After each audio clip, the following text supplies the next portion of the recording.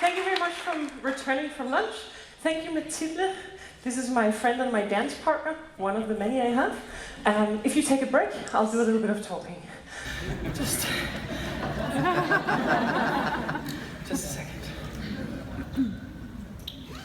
All right. I called my talk Lessons in Happy Leadership, and I also need this one. All right. So, the dance you just saw is called Lindy Hop. It's one of many swing dances. It originated in the African American communities in the US back in the 30s and 40s.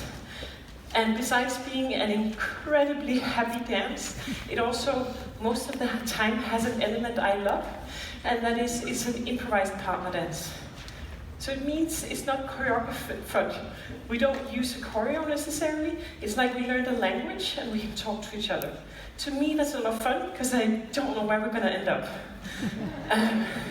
As you maybe could see before. All right.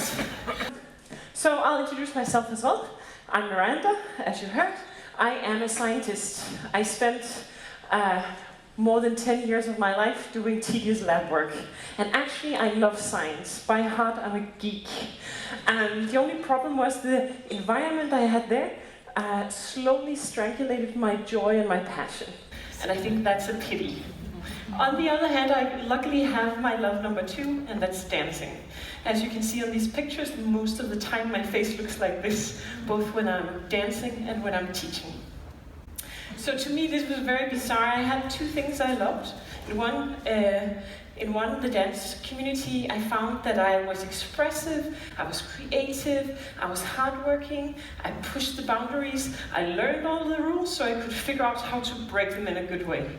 I think all those qualities is exactly what you want as a scientist as well. But in the science environment, I found that I didn't have space to express myself. I didn't have space to be creative. So I think this talk today is just my little story about what is it I found in the dance community that I wish I would have had in the science world that I didn't encounter.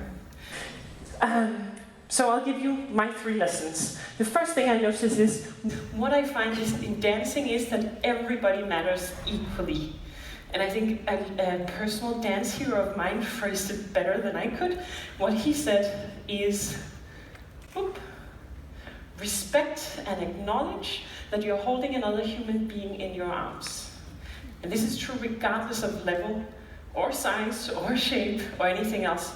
When you dance a partner dance, you're always dealing with another human being. So I know that I thrive in a culture where you have respect and equality. And I believe this is true for everyone. Yeah? So in dancing, how do we do that? How do we actually acknowledge each other? Well, we have a lot of social interactions. We look at each other, we smile, we make sure that our partner feels seen, we adjust to our partner. And Mathilde, can I borrow you for a second? I'm just going to try and illustrate it. So, I'm sorry, Alexander. I'm just going to put this. I'm going to show you one version of dancing that I don't like so much. I call this one the disengaged version. And in this version, Mathilde is the leader, and I will be following. Okay. Version number 1. This is my least favorite partner. Here, I feel like it doesn't really matter what was attached to the other hand. Yeah? This is my favorite way of dancing. Luckily, what Mathilde usually always does. Yeah. In this version, we have plenty of social interactions. We have eye contact, we have smiling. I feel like I'm acknowledged as another human being. Thank you very much, Mathilde.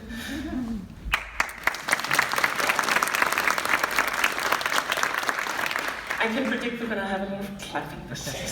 Right.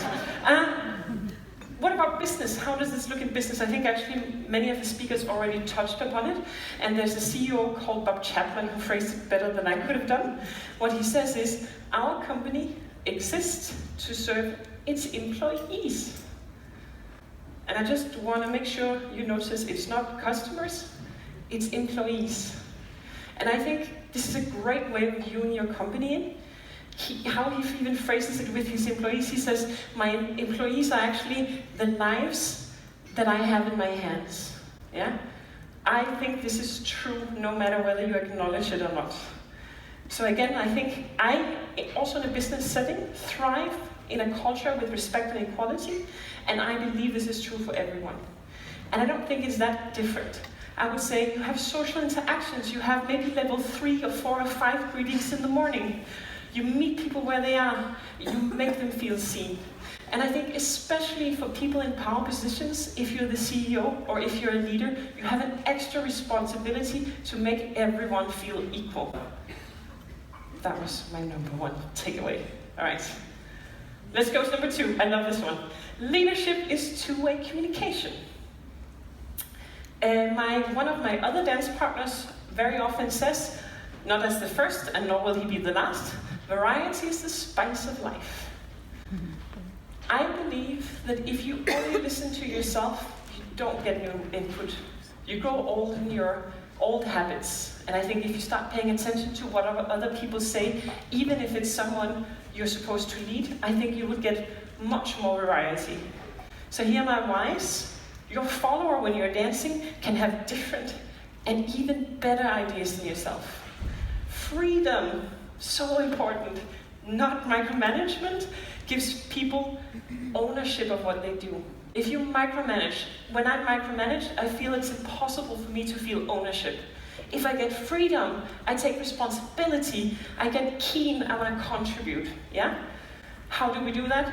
First of all, you need to truly listen, and very difficultly, you need to let go of the idea that you need to know how everything should end. Mathilde, can I borrow you for a little illustration? This is our first version. This is my least favorite lead. Oh, I got this idea. Okay, apparently we couldn't. Okay, I'll just do what you say.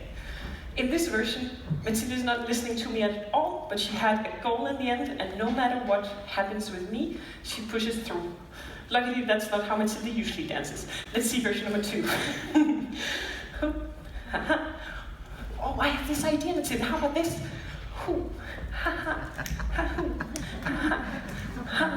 Wasn't that cool?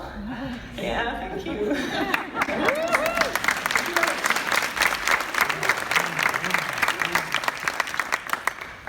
I tend to forget this one, yes. So I do want to say, even in dancing, when we have a defined leader and a defined follower, I still think it's two-way communication.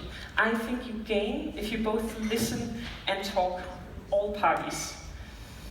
How does this look in leadership? I think it's the same. Actually, a very interesting nuclear submarine commander, David McKay, said it better than I could have said. He is using what he calls intent-based leadership. So despite the fact that he's on a nuclear submarine supposed to decide it all, he goes with a no-order strategy. He does not give any orders.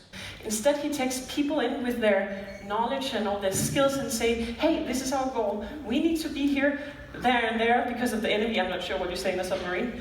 And then he's like, I don't know how to get there. You're the person with information. And then the employee can say, oh, actually, I think we should do this. He's like, cool, let's do that. And it turns out it works. I think that's extremely fascinating. I wish I would have encountered this in my own business. Yeah? Again, I think this is important because I think your employee can have different and sometimes better ideas than yourself. And I think freedom, instead of micromanagement, leads to ownership. So you also need to give your employees the opportunity to get ownership of their work. How do you do that? Well, you truly listen, and you need to let go of the idea that you know how every task should be solved. So sometimes your employee will say something you think is crazy, but give it a go. Yeah? That was my take-home number 2. Number 3, this is a personal favorite of mine because I find it very difficult. I am a perfectionist. I think truly that you need to let go of perfectionism and celebrate your mistakes instead. Why is that? Oh, sorry. In dancing, we usually say there are no mistakes, only variations. That was a variation, obviously. Why? I think that what we call mistakes are truly stepping stones to innovative solutions. I think if we don't go through iterations where we find something is wrong, we're not going to find something new and good. So to me, it's entirely necessary. I think in particular in the science world I came from, I think this is important, but I never got the space to do that. I think creativity shrinks with shame, and I think creativity thrives with safety. And with safety, I mean that you feel safe to take risks. How do we do that in dancing? Well, very easy. We replace shaming with empathy. Yeah? We embrace our mistakes, and we have to learn to smile and laugh at variations. Can we show an example, maybe? Thank you. This is my least favorite lead. Let's try this. Nice. Whoops. Shoot. Sorry, I made a mistake. I'm sorry. Okay, let's keep dancing. In this version, a mistake was truly a mistake. We both stopped, the dancing stopped, everything stopped because we slipped and didn't hold hands anymore. But you could also handle it in a different way. Can we try that? Wee. Wee. How about this? Hi, I'm still here.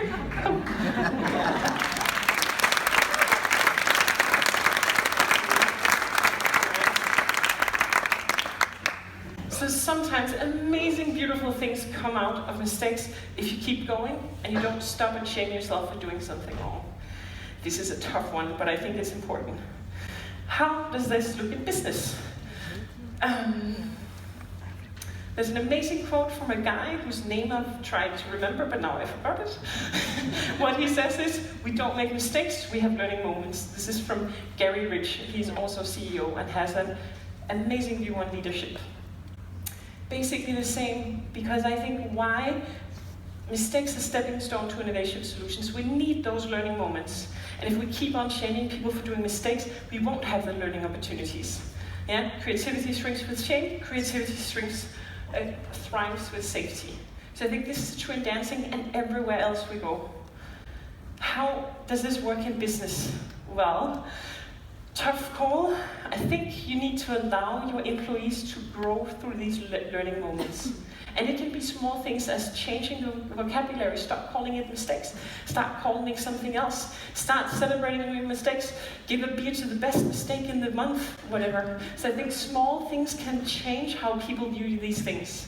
I think as a leader, you have a particular responsibility to help people not feel ashamed about mistakes. I think you need a psychological safety, and with that I mean you need to be able to have an environment where you feel safe to take risks. It's okay to take risks. I think this is super important. Last but not least, most of you talked about it, this is a tough one. I think you need to start with yourself. You need to take chances, you need to dare to be vulnerable, you need to sometimes say yes to standing on a stage for 200 people and talk about something you've never talked about before, and you need to make mistakes. So I think a short summary of this would be, I think both in dancing and business it's extremely important that we make sure everybody matters, leadership is two-way communication, and that you celebrate your mistakes. And yeah, that's more or less what I have for this presentation. I think you should go out and dance your way to better leadership. Thank you very much.